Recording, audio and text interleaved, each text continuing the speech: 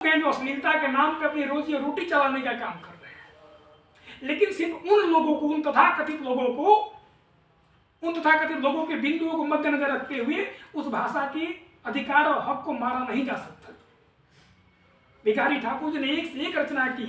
बेटी बेचवा उनका पहली बड़ा सबसे मौलिक रचना थी, बेटी बेचवा। उस दौर में लोग अपनी बेटी को बेच दिया करते थे, अपनी बेटी को बेच करके और अपने घर की रोजी रोटी चलाते थे, बेटी को गिरवी रख दिया करते थे। और भिखारी ठाकुर ने बेटी बेचवा के माध्यम से समाज की कुरीति को दूर करने के लिए उस पर प्रकाश डाला। एक बाप अपनी बेटी को गिरवी रख करके शादी के नाम पे गिरवी रख देता है और उन्होंने प्रकाश डाला। बेटी कहती है कि बाबूजी हम आपकी बोझ नहीं हुई, मैं आपकी बोझ नहीं हूं, तब हमको गिरवी रख दिए। बेटी बेचवा, गबर घिचोर, ये सब उनके नाटक थे। और रंगमंच के माध्यम से भिखारी जी ने अपने जीवन के अंतिम समय तक, लगभग 84 वर्ष की अवस्था में उनका निधन हुआ, जीवन के अंतिम समय तक उन्होंने सामाजिक कुरीतियों पर प्रहार करने का ये जो उनका अभियान था उसको लगातार निरंतरता बनाए रखा। विदेशिया, पहले लोग हमारे आज जिस तरह से मुंबई वित्तीय राजधानी बनी हुई है, उसमें कलकत्ता हमारी वित्तीय राजधानी थी। जिसको पूछिए कहाँ रहते हो, कलकत्ता, कहाँ रहते हो, कलकत्ता, वही हमारी राजधानी थी। रोजगार का वही साधन था, विशेषता यूपी और बिहार के लोगों के लिए। उसमें लोग मुंबई के नामों नहीं जानते थे। और जब लोग कलकत्ता जाते थे, हमारे आपके घर परिवार के अगल बगल कलकत्ता कमाने जाते थे, तो मोबाइल और टेलीफोन नहीं था। आज तुरंत लोग वीडियो कॉलिंग पर बात कर लेता है, खाना खा लिया, खा लिया, ठीक है ना, पहुंच गए। उसमें घर से निकलने के बाद महीनों सालों तो समाचार नहीं मिलता था, कहां गए। तो इस तरह की कुरीतियों पर उन्होंने विदेशिया के माध्यम से प्रहार किया। भिखारी ठाकुर ने 1887 में भिखारी ठाकुर का जिस ग्रामीण परिवेश में जन्म हुआ, उस ग्रामीण परिवेश से निकल करके कलकत्ता और उड़ीसा होते हुए तमाम झंझावातों को झेलते हुए और जीवन के अंतिम पर्यंत तक भिखारी ठाकुर जी ने जो प्रयास किया वो कल्पनीय है, जिसकी हम लोग कल्पना तक नहीं कर सकते, वो सराहनीय है।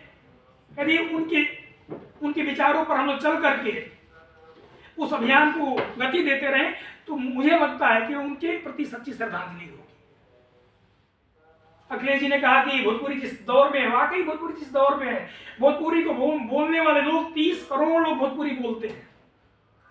पूरी दुनिया में 30 करोड़ लोग भोजपुरी बोलते हैं। हमारे पास जितनी भाषाएं हैं, इंग्लिश को छोड़ दीजिए, तो अंग्रेजी के बाद यदि कोई भाषा है जो इंटरनेशनल लेवल पे बोली जाती है तो वह भोजपुरी।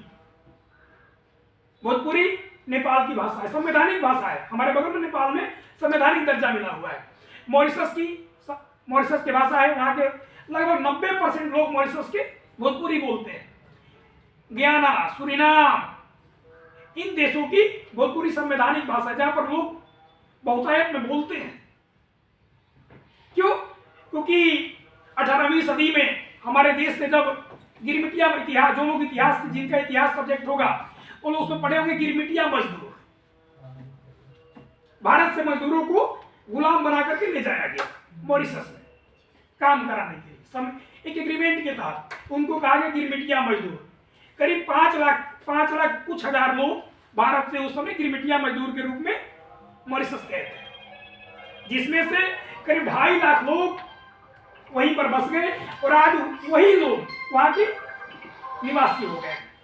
एक बार पुनः भिखारी ठाकुर जी के प्रति हम लोग सच्ची श्रद्धांजलि अर्पित करते हैं और उनकी जन्म जयंती पर उनके विचारों को समाज में जन जागरूकता के रूप में फैलाने का संकल्प लेते हैं।